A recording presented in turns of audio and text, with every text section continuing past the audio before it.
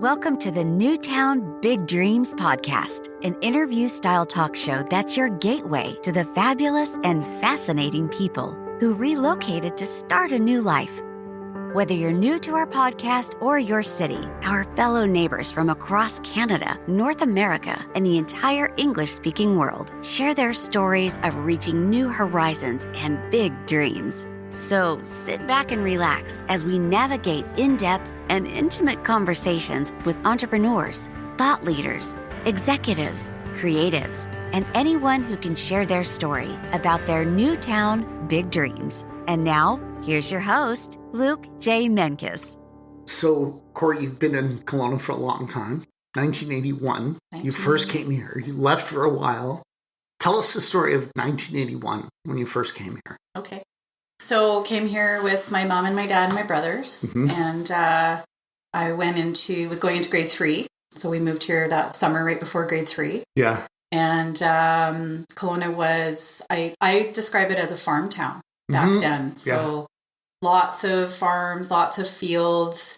I remember from Orchard Park to Scandia was fields and farms. There was just nothing. So a really different kind of feel. Still not really that sort of city, big city feel that I guess it is now, or sort of small city that it is now. Yeah, so true. I grew up in a town called Mississauga. I don't know if you've heard of it, but it's a suburb of Toronto. And it was very similar to Kelowna at the time when I was a kid, probably 10 years earlier than what you're describing, because I'm a little bit older.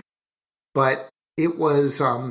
even as a kid, the city was really growing, but there were still huge fields and parts that were agriculture in the middle of the city, similar to the way Kelowna is today. And that was like 40 years ago.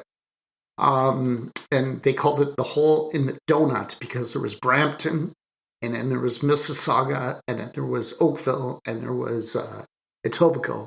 And there was like a huge center piece with just like farms and now it's totally full. There's 750,000 people in Kelowna. I mean, in Mississauga. So I kind of hope we keep some of that, the farms and the vineyards and stuff like that, because it's part of what makes it so great. But it's definitely changed. I've seen pictures when the mall was first built, and it was surrounded by farms. Yes. Right. Yes. So what kind of stuff did you do as a kid when it was like that? Funny enough, we used to go to Scandia a lot. So that's been there It's forever. Been there a long time. Yeah, they just this year or last year renovated the jungle golf. And so we used to do jungle golf and play video games.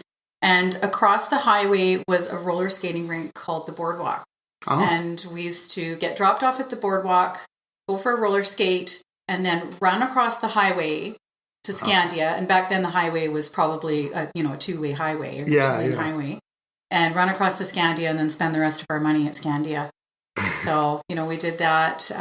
Lots of beaches. Back then beaches were just as beautiful, and we used to go check out the beaches and the lakes and pretty quiet, I imagine. Yeah. I mean, I was a kid. And so, when you're a kid, you're in the kid world. So you're only really looking at what's going on in the kid world, right? And exactly. Not so much at what's going on in the city. And I didn't know really any different for Kelowna. So, yeah. So. And I couldn't imagine sending children across that highway today. No. From Scandia. I mean, it's crazy. Absolutely not. Even adults, a little bit risky. Yes. So, and then you left Kelowna for a time. Yes. So. Yeah. I left Kelowna in 1999. So I had been, with a guy for a really long time, and we dated through high school and stuff, and we broke up, and I just kind of felt like, I needed a change. I'd been there for so long, and I just wanted to get out. So I moved up to Pemberton. And where is that? Pemberton is on the other side of Whistler. Oh. So I was living in Pemberton, and my mom and my stepdad were there, and my brother was out there. And I started working in Whistler in the hotels and working in offices and hotels and doing that kind of stuff.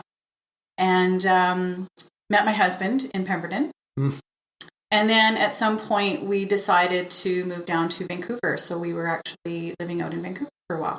Interesting. Is Pemberton close to Whistler? It's about 30 minutes. So do a lot of people live in Pemberton at work in Whistler and commute? Yeah, absolutely. Is it, I guess it's cheaper to live there. Is that the reason? I don't know necessarily anymore if it's cheaper to live there. I think the property value up there has really gone up a lot. It's such a beautiful place to live. But, for somebody that doesn't want to live in Whistler and has a family, Pemberton is definitely a better choice. It's just more of a community and more family oriented and a smaller place to live. So you moved to Vancouver, and what did you do there? I worked for IntraWest for a really long time as an office manager. So IntraWest is the company that owned Whistler Blackcomb, Tremblant, Copper Mountain, all those big mountain resorts. And I worked in an office environment. So I was working, organizing files and organizing executives and setting up meetings and, planning stuff, planning big events, planning trips and things like that. So, so I was doing that for quite a long time. I really liked it. Yeah. So what made you come back to Kelowna, and when did that happen? So in 2014, unfortunately, my father passed away, and he had been living in Kelowna that whole time. And so we were dealing with the estate, and we were dealing with selling my dad's condo. And we had been thinking a lot about coming back to Kelowna because we had a little boy, and the city was getting big and it was getting expensive. And so we just kind of thought maybe that was the time, and the stars were aligning, and maybe that was the right move to make, to bring him back to Kelowna and raise him in a little bit of a smaller community. Yeah, that makes sense. Had your husband had much experience with Kelowna?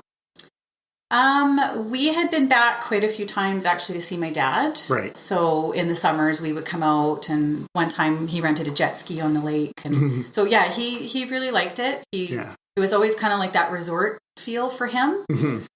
So you feel like you're on vacation when you come here. Yeah, exactly. Yeah. So it didn't take a ton of persuading, I guess, to convince him to come. It was actually his idea. To come back. So after, my father had passed away and we had been here quite a bit, he actually said, I think we should move to Kelowna. So that was when we made the move back. So you were gone for 15 years in between. Tell us about some of the changes that you saw during that period. To Kelowna? Yeah. Kelowna has grown immensely. The bridge was it was a drawbridge in 99. Yeah. And I think it was 2008 around there when the new bridge opened. Yeah. So that was a huge change. The bridge was a huge change. Even driving in from, when you come off the Coquihalla and you drive in through West Side. Yeah. Just seeing how the gaps had filled in from, from, it used to be like West Bank and then Lakeview Heights and nothing in between. And it was like all this, there's now Home Depot and Winners and Superstore and Walmart, and just, it had like filled in. Yeah. And even as you drive into Kelowna and you're coming down the bridge and just to see how much, like how many more lights there were and how much it had grown. And it just, it's a lot more trendy than it used to be. Right. Growing up, like I remember Bernard Avenue being like thrift stores and just, I don't know, old. There was no like fancy restaurants. No, there was no fancy restaurants or anything hip. Right. Yeah. And after dark, I understand that it wasn't really a place you would go to once the sun set. It was kind of like everybody cleared out type thing. Is that true? Yeah. Downtown? When I was a teenager, that we were downtown a lot. Yeah. Yeah. We were downtown all the time. Did they have pubs and... Yeah, there was nightclubs. Yeah. So as I got older, we, checked out the nightclub scene, and there was Splashes, which I don't know what it's called now, but and Gotcha, and there was a little bit of a nightlife. But no real fancy restaurants, like Rod's was not there. And... No, there was the Keg and the Monthong was downtown, and the Bohemian Bagel Cafe. I remember they were there, but other than that, there was no fancy restaurants downtown. No, right. No. What made you decide to leave the office world in 2017? So I've been in admin for a really long time, and after having my totally loving it. That's okay. After having my son, going back to admin was just so much easier. Like, it was part-time and it was something that I could do, but I actually had this dream for a really long time to start this organizing business. Mm. So came back to Kelowna and was working in admin again, because it was just, it just seemed like that was the right thing to do, go back to these admin jobs. And my heart was not in it. And more, I just kept feeling like I need to be my own boss. And especially being a mom and having a son and needing to have flexibility to, sometimes there'd be a field trip and I couldn't go. Or, right. One time he had a Halloween presentation and I couldn't go to that. And it was just more and more in the back of my mind of this, this dream of having this organizing business just kind of came. And so I was working in this job, and about 6 months in, I knew for sure that I wanted to do this. But I said, I'm going to give it a year, because I just felt like a year is a good, I don't want to leave a job after 6 months. I don't think that's fair. So literally the day of the 1 year anniversary, I went in and I gave my notice. Right. And were they disappointed a bit? They were shocked and disbelieving that I could actually go and do this. So that was interesting. It was interesting. I find that motivational. I mean, it can hurt a little bit when someone tells me, I don't think you can do that. But I use it to inspire me. Yeah. I'm going to show you, not in a nasty way, but I'm going to prove to you, you know? So, I lost my train of thought there.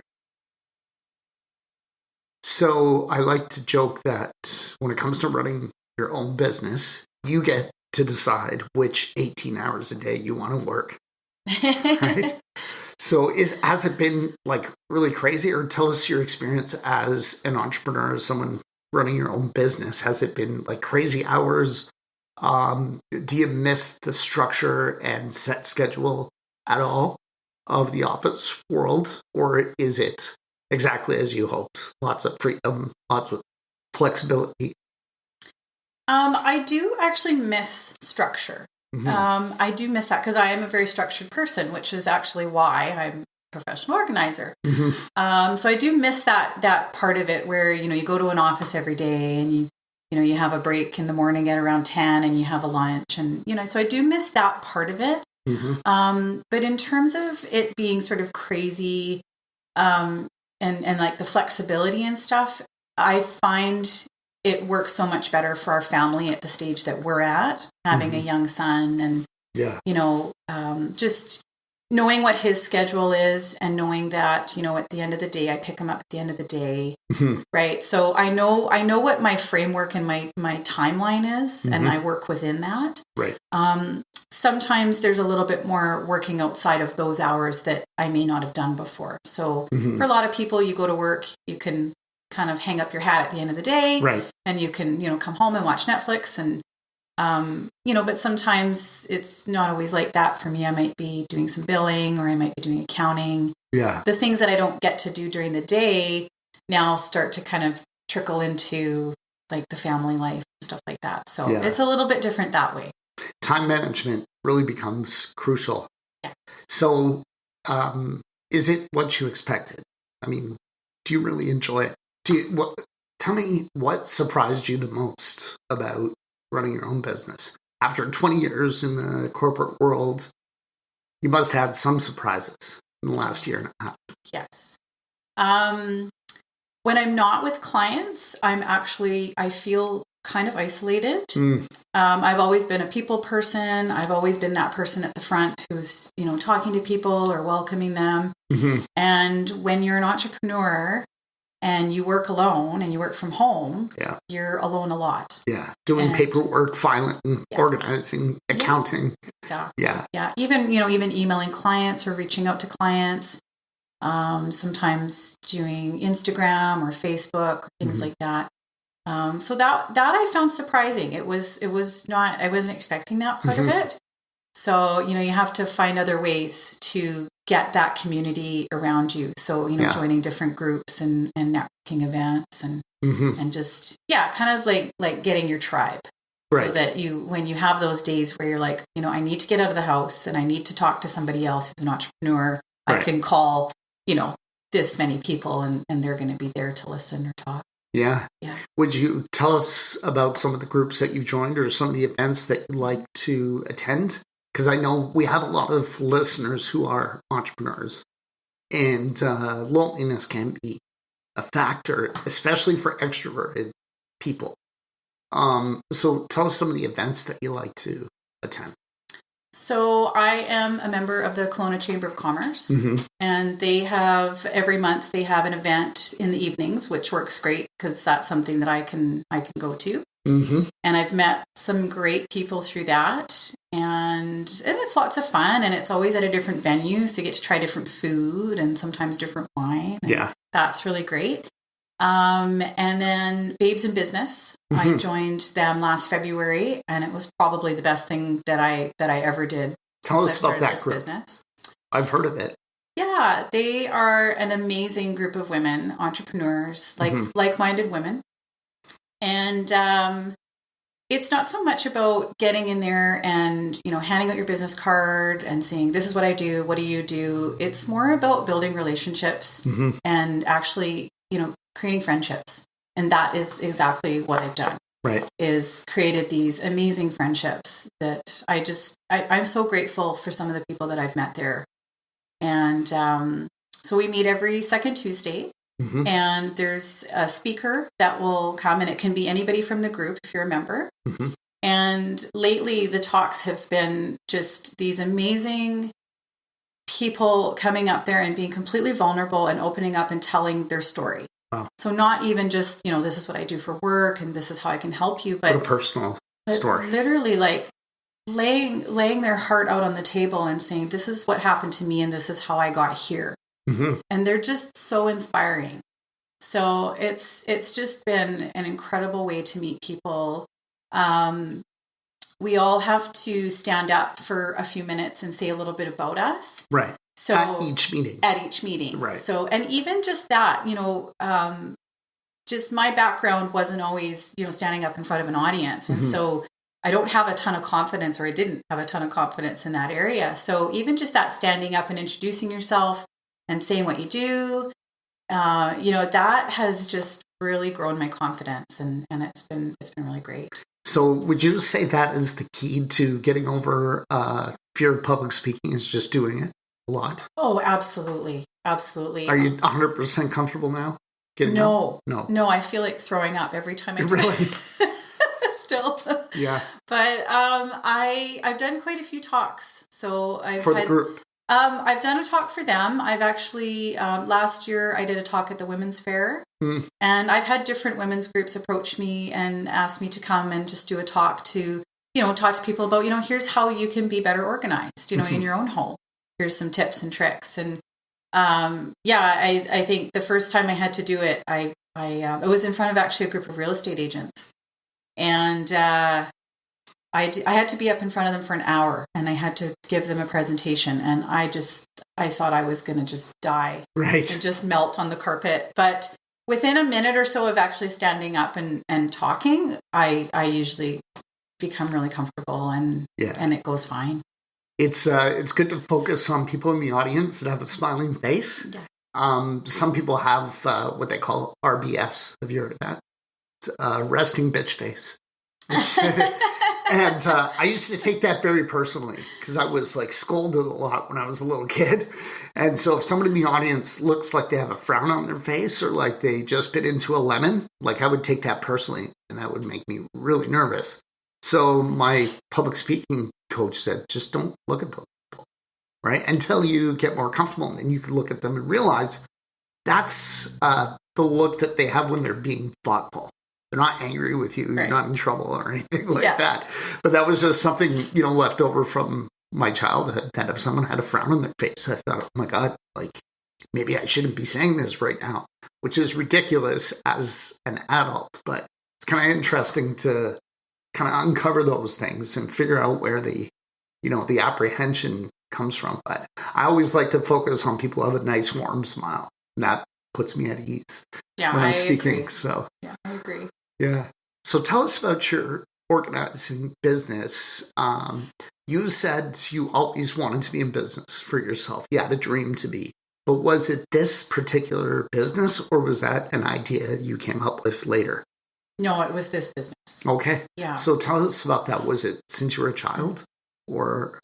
Well, when I was a kid, I was this strange little nerdy kid that liked to tidy up. Right. So I was always rearranging my room, and my room was always neat and tidy. I would go to my friends' houses and I would try to organize their rooms, and that didn't go so well. Did you heard Megan's interview, right? Did your friends get mad at you? I loved Megan's interview. They just would have none of it. So there was I didn't get to do anyone's garage. Right. But I always wished that they would ask me to do it. Right. Right. So, but, my mom worked a lot. So I, was always helping her with the house and keeping the house organized. My parents, they were very neat, tidy people. So we always had a really clean, minimalistic house. Mm-hmm. So I kind of learned that and got that, I think, from my parents.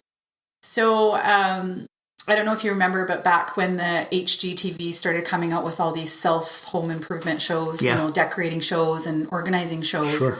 And was watching this going, I can't believe people get paid to do this. Like, this is my life's dream to do this. Something you love. Something I loved. And my friends used to tease me and joke and say, you should go start a business doing that because you're so good at it.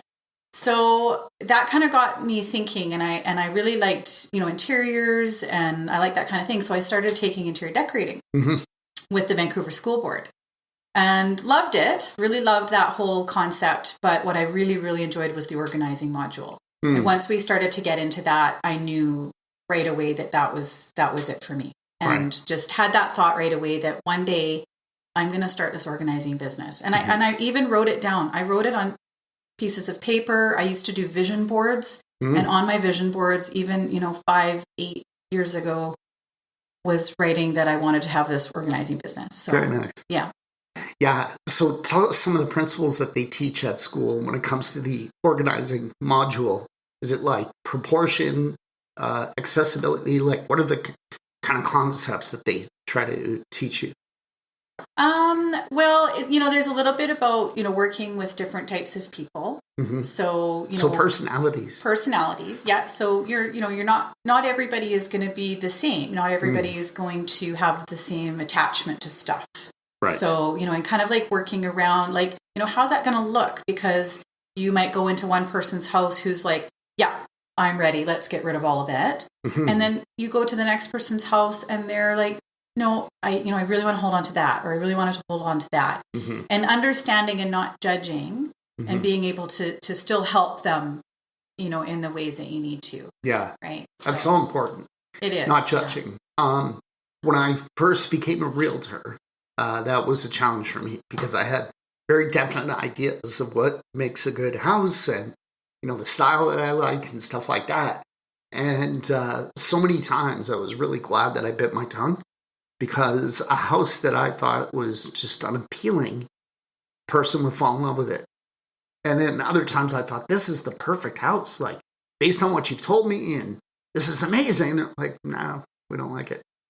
And it's really interesting how people have different tastes and styles, It's so true. Yeah. So I guess you got to, when you go into someone's house, you can't be, like imposing your will, but you've got concepts about being organized that can suit their personality. Yes. Yeah, absolutely. Is it ever a challenge? Like, do you ever deal with someone who's like a genuine hoarder and it's really hard to get it organized? Yeah. I have relatives that just will not give up anything. And I would imagine it'd be really challenging to organize. It can be. I don't work or haven't worked in extreme hoarding situations just because I don't have the training to do that. Right. But there's sort of different levels of hoarding, I sort of like to say, and how, for one person having a lot of things that could be completely normal for them. They may have grown up in that environment where they were always surrounded by a lot of things. Mm-hmm. And then somebody else who's grown up in an environment where they weren't surrounded by things and things weren't necessarily given as much attention. Right. So kind of like two different sort of levels of it. Yeah. Right? And So, everybody on a spectrum, I guess, right? Yeah. I used to be kind of the former, so I would collect things and never wanted to get rid of things, and had a couple of traumatic incidents. So I had a beautiful vinyl record collection. My mom was the opposite of a hoarder. She would get very stressed out if there were 3 or 4 boxes in her crawl space, and she didn't know what was happening with them. Like, when are you picking these up? So she sold my vinyl records and my comic book collection and my hockey cards collection at garage sales. And she's like, here's your $40 or whatever, you know? And I was so traumatized. Then in 2004, a hurricane destroyed the building I was living in. So all I had was my laptop and the clothes on my back. I was collecting shoes at the time. I had like 70 pairs of shoes. And they were either destroyed or they were looted. Anything that was good was looted. Like, people came in and took, even my underwear, people took everything. And all my books were either destroyed or stolen. So it was really devastating, but I kind of became a minimalist after that. I thought, I'm not going to get too attached to anything, you know? I have my handful of items. Now, Kara loves, like, every corner of the house is filled with some sort of decoration. And she's very organized at the same time. So yeah. I'm sure you see all kinds of personality types. Oh, absolutely. Yeah, absolutely. How do you get clients as a new business in Kelowna? I have found a lot of people have found me on Google, which has been great. So, so you post ads like Google AdWords? Sometimes, yeah. So sometimes doing ads. I feel like there's not very many of us in Kelowna. So if you were to type in professional home organizer Kelowna or home organizer Kelowna, you're pretty much going to get, there's a few of us. And so people, they look at the website and, maybe they like the feel of it, or they like maybe the words that I've said. So they like that and they can kind of feel a connection. So that's been great. Facebook and Instagram. I only started Instagram about a year ago, and it's been an absolutely amazing platform for me. Right. To, share the work that I've done, so you give people ideas. Before and after? I do before and afters. If the client will allow it, then I will show the photos. I give lots of tips and ideas. Here's an organizing tip for today or whatever. So like short videos or text? Just like pictures. Yeah. Like, here's an example of a gorgeous closet, and, here's how you could do this. You just need to grab this type of container, or, pantries. Here's a great idea on how you can keep your pantry tidy, and just things like that. And it just kind of gets that ball rolling and the inspiration going for people. And so Instagram's been great. Meeting people and networking, and, we have a huge network of friends and family that live here that we've known for years. And, those people have told their friends, and, some of the people I've worked with have been repeat clients, or they tell their friends, hey, I hired a professional organizer. And then all of a sudden they're like, oh my gosh, my friend, she hired you. You need to come and do my house as well. So that's great. Yeah. So lots of that. And I feel like more and more, it's more word of mouth and that now than it was at the beginning. Definitely. Just a quick tip. I just discovered a service called rev.com. So it's rev.com. So let's say you did a 60-second Instagram video. And, a lot of people are just scrolling through their feed and they don't want to turn the volume up if they're, in the office or on a bus or whatever. They will do closed captioning in whatever font you want for $1 per minute. So a 1-minute video costs you $1. That's it. And they send you a little file that you can upload, and it syncs with your video so someone can see your words like on the screen. And you may say, like, here's a pantry before, here's a pantry after, blah, blah, blah. And it takes a little more time than typing out something. Yeah. But I think video is kind of on the rise when it comes to marketing on Instagram and Facebook and so on. Yeah. But people say, well, nobody can hear what I'm saying. So rev.com will put the words on the video for you very cheaply. Nice. Yeah. Oh, that's really cool. So I'll maybe check it you want out. to check that out. I will. Was there anything else that you wanted to discuss that I haven't covered? I don't think so. The only thing that I might want to mention is that coming up is the Kelowna Women's Fair on March 17th. Great. And I will be there as a vendor. So if you want to come by and say hi and meet me and hear a little bit about organizing, you can do that. Perfect. Yeah. Right. So Corey, who would you like to nominate to come on the show? So can I do 2? Yes. Okay. So the first is Charlene Reedman with World Financial Group. Okay. So she's a lovely lady I met just recently through Babes. And she has just recently come to Kelowna. So she's getting to know people, and I just love for people to, hear her story about how she got here, and she really loves Kelowna. So she's a great lady. That's great. And the second is Diane Heron with Sweet D's Flowers. Okay. And she drives around this cute little pink flower truck and goes to all the markets in the summertime and has these beautiful bouquets. And she also, moved to Kelowna not long ago, and she's just a really sweet, beautiful person. And I just love to see her come out and meet you. Fabulous. Yeah. Well, Corey, thanks so much for your time today. Thank you. It's been great getting to know you a little bit better. Thank you so much. Thanks for having me. You bet. We hope you enjoyed this episode of the Newtown Big Dreams podcast with your host, Luke Menkes, and his authentic guests. And we love our listeners and hope you subscribe now to learn more about the amazing journeys of our incredible guests who relocated to find a new town, big dreams. And remember, make your dreams big.